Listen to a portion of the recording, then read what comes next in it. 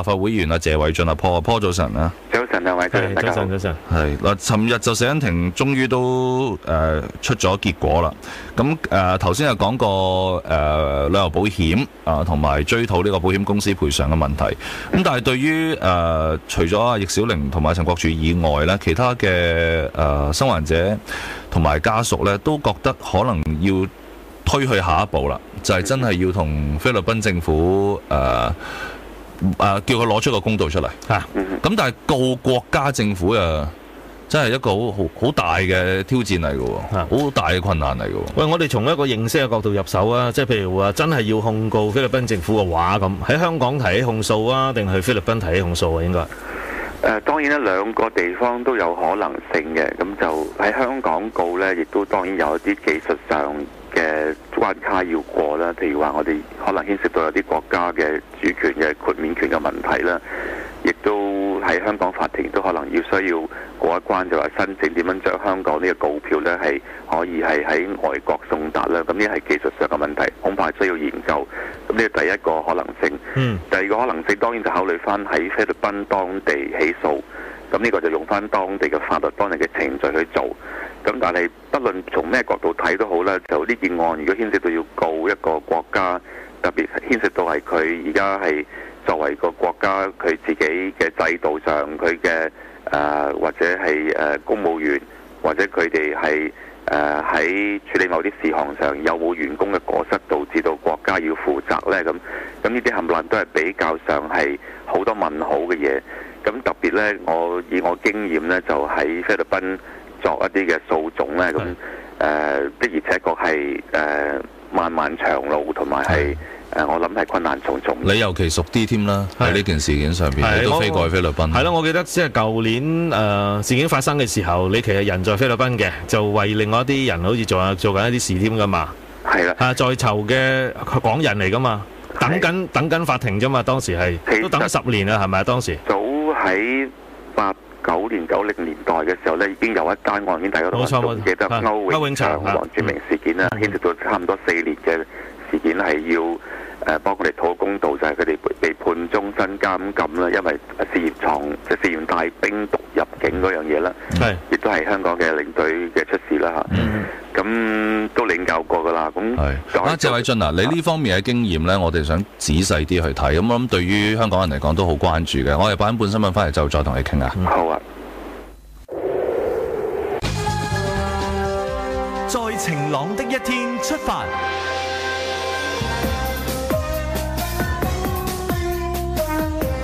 係啦，正如頭先都了解到呢，其實阿基諾三世呢，國內民望呢史無前例咁高嘅，咁就換言之，亦都增加咗呢無論係香港定係透過內地外交部去同佢周旋嘅途徑。咁當然中國同菲律賓嘅關係梗係好密切啦，亦都好惡啦。咁但係香港亦都係喺經濟方面呢，可以大大影響到菲律賓嘅。不過我嗱，即係講人講啦，咁亦都即係俾大家知道，即係一啲當地嘅新啲嘅消息啦。即係譬如頭先你咪提過嘅阿羅玉夫人佢哋前一手呢。上一手應該講上一手呢，就經常俾人詬病佢可能涉及貪污啊嘛。咁而最新嚟就馬尼拉嘅消息呢，好似早2日嘅啫。佢哋國會呢就正式通過咗呢，就會去徹查阿羅玉夫人本身嘅傳聞有關貪污嘅事件，同埋佢丈夫當中有冇涉及其中做過一啲工程嘅等等嘅。咁當時又係講翻笑嘅問題，大家即係一通過咗呢個決議之後呢，阿三世拍掌，而且喺度笑。當時新聞都係咁講，佢又笑咁啊。係佢嗰個係招牌表情嚟嘅嗰個塑膠嘅表情嚟嘅。咁啊頭先就新聞前同阿謝偉俊傾緊呢，呢場官司如果真係要打，可以點樣打？因為畢竟都係個人面對成個國家嘅政府啊。咁啊謝偉俊喺呢方面嘅認知會相信比較深啦，因為舊年嘅呢個時間佢亦都幫緊另外一單同菲律賓有關嘅官司啦，幫緊當地嘅香港人啦。謝偉俊啊，係冇問題。有啲咩嘢要即係喺成個如果今次希望同菲律賓繼續周旋落去，你認為係最關鍵嘅地方咧？本來呢，我就通常做嘢都唔係諗住困難先嘅，諗住用咩方法做先嘅。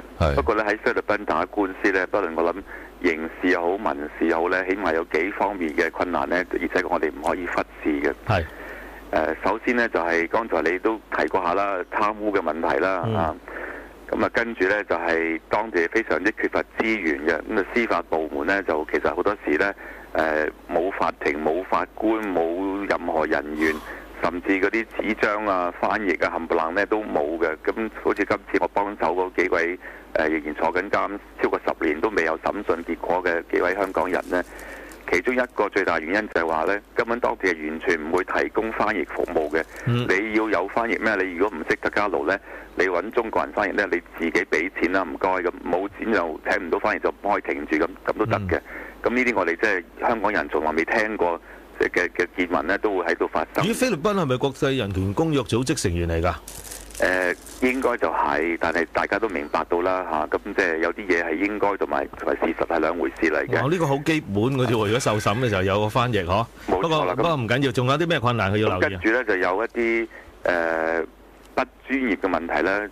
當地人呢，通常都比較係中意真係所謂 take it easy 嘅，即係享樂啊、玩啊，甚至唱歌啊咁。你如果真係好揸正啲時間啊，效率去做嘢呢，就呢個就非常之困難嘅。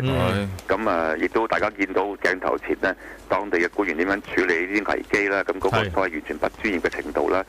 咁跟住亦都有個其他一個好重要嘅因素，我哋唔能夠忽視，就係佢哋嘅所謂面子問題，係好重視面子嘅。有啲嘢呢，私底下呢，你要求佢呢可以慢慢講，但係你一定要即係話追究佢啊，公開譴責佢呢，佢哋就會反彈得好勁嘅。咁呢個我自己嘅經驗。咁所以咧，處理呢各方面嘅問題都要好小心，好多 EQ 去做，就唔係話淨係法律上你可以咁樣做就可以咁樣做，好多嘢係要人為因素。阿波啊，但我想問翻個好基本嘅問題啦。喺香港起訴咁，我諗或許啲家屬可以引用翻香港個死因裁決嘅一啲結果啦。咁但係如果喺菲律賓起訴嘅話，係咪必定一定要只可以用菲律賓當地政府調查出嚟嗰個結果嘅資料㗎？嗱，首先呢，我唔係菲律賓嘅律師，所以我唔能夠即係有個好準確嘅答案，可能都需要啲資料搜集，就問翻當地嘅法律意見。但係基於菲律賓本身都應該屬於一個普通法系國家，雖然呢，佢係着重於比較跟翻美國制度多過英國制度，但係都嗰個舉證啊，嗰個制度都類似嘅。咁當然啦，香港死因研究庭嗰個結論呢，或多或少有啲幫助，但係到最後呢，都仍然去翻菲律賓佢哋當地嘅法律同埋程序。咁甚至乎呢，其中一個原因，我懷疑點解菲律賓政府呢係咁唔合作呢，唔肯派人員嚟香港舉證呢，都係希望保留咗個空間呢，就係有一啲嘅無論係證據上啊，或者嗰個裁定上呢，如果兩地有分別嘅話呢，係有空間俾佢哋走盞。咁所以即係如果綜合頭先你提及嗰啲咁嘅咁多樣，你話你唔習慣咁做啦，但係事實上都預計到有呢啲咁嘅困難呢。其實索償呢條路真係正如家屬所講，好漫長嘅喎。係啊，仲要加埋呢，就係真正嗰個最大嘅當事人呢，其實就係蒙多薩本人呢，本來要告嘅告佢啦，因為佢係真係非法殺人嗰個嚟嘅。咁但係已經過咗身啦，咁佢亦都冇咩資產剩翻嘅。咁啊，其他嗰啲有份參與或者係符符碌碌嗰啲咁嘅警方人員啊，或者政府人員呢，咁當然呢就係佢哋唔多唔少嘅責任。但係呢，就究竟嗰個死因同佢哋嘅責任有幾多呢？有冇一個所謂 causation 呢？一個關聯性呢？因果性呢？同埋嗰個責任嘅程度幾多呢？咁呢個又要諗啦。第三呢，就係話，事實上有啲我哋香港嘅受害者呢，或者個家屬呢，都係攞到或多或少嘅賠償。咁究竟呢啲賠償呢，因為已經有嗰部分啦，到最後又要即係對沖翻嘅。咁所以呢，就值唔值得做又另一個問題嚟嘅。咁所以冚唪唥呢啲嘢都要考慮因素在內。咁反為可能要做嘅就未可能考慮下嗰啲行政嘅手段啦。即係剛才我提過翻面子問題，即係如果從唔係話要真係要追究責任到底，而係話呢，希望呢件事發生咗啦。咁對方政府嘅官員或多或少嘅責任呢，希望喺一個所謂恩恤賠償方面呢，有一個安排。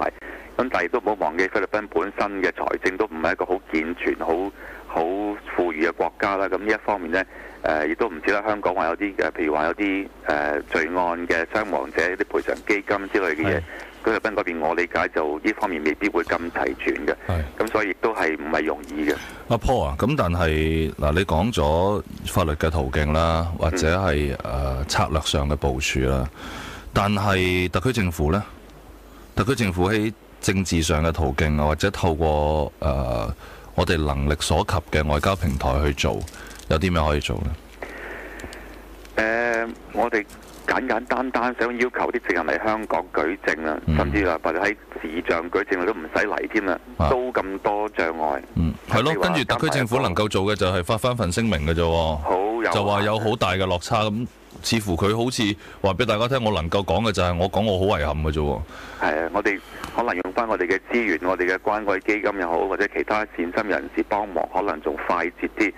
咁當然呢個亦都係純粹從錢銀上呢，但係從公義上呢，我不嬲都覺得，就算真係犧牲啲錢銀都要追究嘅。咁但係即係我呢個要再研究啦，究竟有冇方法可以做？即使係難都好啦，都係可以諗，同埋希望喺道義上咧，令到菲律賓政府都覺得或多或少咧係要一個承擔啦。咁呢個我覺得係應該諗嘅，同埋應該追究嘅方法嚟嘅。喂，如果喺經濟上俾壓力佢，你譬如你站在你做議員嘅身份，你同唔同意嘅呢？講翻歐永祥事件嘅時候呢，曾經因為好多年呢都冇乜結果啦，咁於是亦都有啲有份幫手嘅研究嘅業界人士同埋當時嘅立法會議員呢，都曾經提議呢，話我哋可唔可以譬如杯葛去菲律賓旅遊啊，甚至更嚴重地呢，杯葛菲傭，唔俾佢嚟香港做嘢啊，咁嚟做一個手段。咁啊，呢啲當然係都可以諗嘅，但係我本人就唔係太過贊成嘅，因為每一種呢種咁嘅行動呢，其實都會傷及啲無辜啦，同埋呢係會係我哋自己唔多唔少都賠上一啲嘅，無論經濟上嘅損失或者係聲譽上嘅損失嘅。咁我覺得呢，就都情願係話喺經濟上，我哋盡可能香港政府本身幫助啲受害者家屬，但係同時咧喺道義上呢，我哋都希望有一啲譬如話律師大律師團啦，或者係甚至政府嘅人士呢，甚至任何有心人士咧係幫手呢，係起訴方面攞翻個公義，即使到最後攞唔到咩實質上嘅賠償，但係都可以試下呢，係令到菲律賓政府呢，係要面對呢個咁嘅指控，起碼要承擔某程度嘅道義上嘅責任。我想問下呢，其實你接觸香港嘅菲律賓傭工有冇即係多唔多？有冇機會啊？我嘅了解或者我從媒體上面得知啦，其實喺香港嘅菲律賓人呢，撇除咗少部分唔計啦，有好多其實都係對於菲律賓政府嘅做法係感到好遺憾嘅喎都。係，所以我正正就咁提出就話，我哋唔想傷及啲無辜，因為隨便杯葛或者隨便抵制係唔係咁好嘅。咁調翻轉頭啦，我唔知道香港啲有請菲律賓傭工嘅僱主佢哋點諗啦，但係你嘅傭工呢，其實手執住可以令到亞基諾三世落台嘅一票嘅。係。你可能係有需要，或者係你覺得可以同你嘅菲律賓傭工咁講嘅，呢個可以係一個透過佢哋，或者你幫佢寫封信，或者你哋一齊寫封信，話翻俾佢哋嘅政府聽唔啱。咁呢個如果佢哋真係同香港人一齊有咁嘅諗法嘅，其實都最低限度可以做嘅嘢係嘛？行動上或者一個即係表面象徵上可以做啲嘢嘅，但係實質上嘅效果就真係唔係咁高咧，因為始終唔係咁。如果下次投票佢哋唔投佢票咯，我諗即係去到最尾呢啲咁嘅政客都係咁，但係佢哋係菲律賓嘅經濟支柱嚟嘅喎。咁我覺得呢樣嘢係即係最低限度可以做咯。咁如果唔係，我真係唔知道，譬如立法會寫封信俾特首，特首係只係出個聲明咁。我哋能夠做嘅太少咯，我哋亦都太唔足夠咯。喂，今次菲律賓政府係點啫？佢唔係藐視法庭，佢仲藐視香港，仲藐視生命啊嘛，仲繼續笑口噬噬，享受緊高過60%嘅民望啊嘛。亞基諾三世，咁冇可能乜嘢都唔做，跟住等件事淡忘，等死因庭嘅裁決就咁就慢慢消失咯。咁Paul，我哋睇下期待立法會有冇下一個步嘅跟進啦。我哋同時間亦都睇下政府方面有冇新嘅消息啦。唔該晒你先，感謝。在晴朗的一天出發。